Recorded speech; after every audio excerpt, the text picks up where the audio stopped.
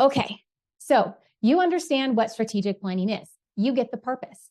Strategic planning is a tool for effecting change. But what does that look like?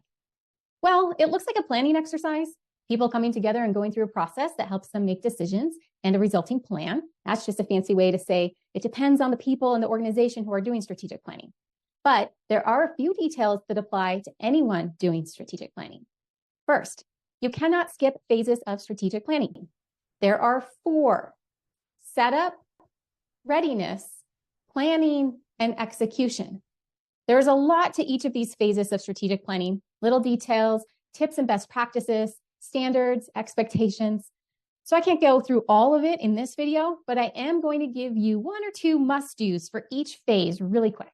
In setup, establish a planning team to be responsible for the process and plan for stakeholder engagement to happen throughout your planning process.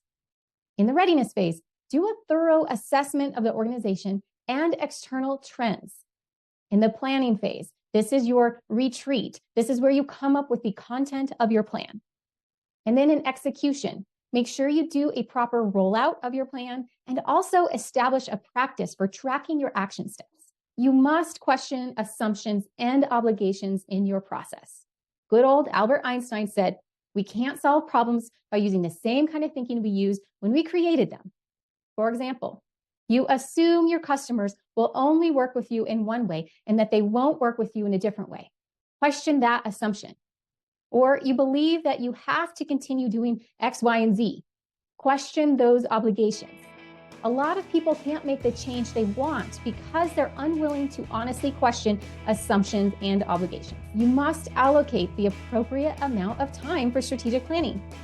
If you're having a 1 or 2 day strategic planning retreat, I'm sorry to burst your bubble, but you aren't doing strategic planning.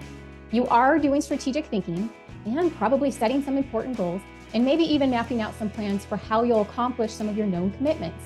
But you aren't planning to affect change. You can't do it that quickly. You're not doing strategic planning. A solopreneur might be able to get through the whole process in a week if they're putting most of their time into it. A small business with a handful of people can get through strategic planning over the course of a month with multiple meetings. Bigger than that, you really should plan for 6 months. I'm serious here. So many people feel like strategic planning has been a waste of time because they aren't doing it right.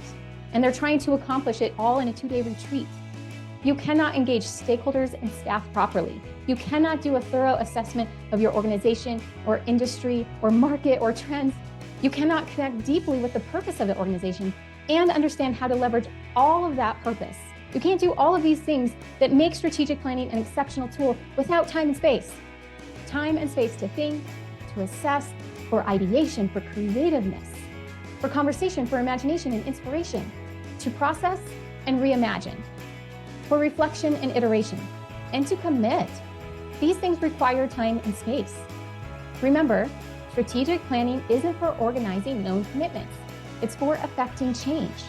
It takes time and space to come up with a plan for that. So the 3 things that apply to anyone doing strategic planning are, to every phase of strategic planning, question assumptions and obligations, and allocate the appropriate amount of time for your process. Did you notice that my list had nothing to do with vision statements, objectives, goals, and tactics? Nothing to do with growth vectors, market penetration, diversification, and portfolio analysis? Want to know why? Here it is. Focusing on the vision, objectives, and goals or strategies when talking about strategic planning is like focusing on the gear shift in a car. Yes, this gear shift is super important and required to get you anywhere you want to go. But you also won't get anywhere without this whole relatively huge thing around the gear shift. The whole car, the frame, the wheels, the engine, the windshield, the seats, the pedals. So often we focus on the gear shift and call that strategic planning while ignoring everything else around it that comes together to drive you forward.